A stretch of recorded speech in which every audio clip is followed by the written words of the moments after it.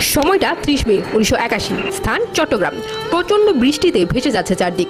কর্মব্যস্ত দিন শেষে চট্টগ্রাম সার্কিট হাউসে ঘুমিয়ে আছেন প্রেসিডেন্ট জিয়াউর রহমান। ঘড়ির কাঁটায় তখন রাত 1টা। প্রেসিডেন্ট কি আর জানতেন তাকে হত্যার জন্যই প্রস্তুত হচ্ছে একদল আর্মি অফিসার। কালুরঘাট ব্রিজের সামনে এসে থামলো গাড়িবহর। সেখানে আগে থেকে অপেক্ষায় ছিলেন মেজর ফজলুল হক, সুবেদার জাফর চৌধুরী ও নায়েক সুবেদার সোলাইমান। গাড়ি থেকে নেমে সঙ্গে নিয়ে আসা 3টি হ্যান্ড লাঞ্চার, 11টি SMG এবং 3টি গ্রেনেড ফায়ারিং রাইফেল প্রস্তুত করে ফেললেন সেনা অফিসাররা। পর্ব সমাপ্ত হবার পর শেষবারের মতো সবাইকে ব্রিফ করলেন কর্নেল মাহবুব। সবাইকে প্ল্যান সম্পর্কে আবারও মনে করিয়ে দিয়ে সতর্ক থাকলেন। দেখতে দেখতে তখন রাত 3টা বেজে 30। 3টা পিকআপে উঠে বসলেন মোট 16 জন অফিসার।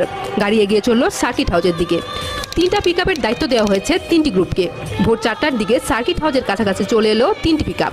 ততক্ষণে বৃষ্টিতে তলিয়ে গেছে রাস্তাঘাট। পুরো শহরের মানুষ ঘুমিয়ে, জিয়াউর রহমানও গভীর ঘুমে। সার্কিট হাউসের বাইরের গেট বন্ধ, জানালাগুলো অন্ধকারে ঢেকে আছে। এই অবস্থাতেই 2টি পিকআপ গেটে ধাক্কা দিয়ে ভেতরে প্রবেশ করলো।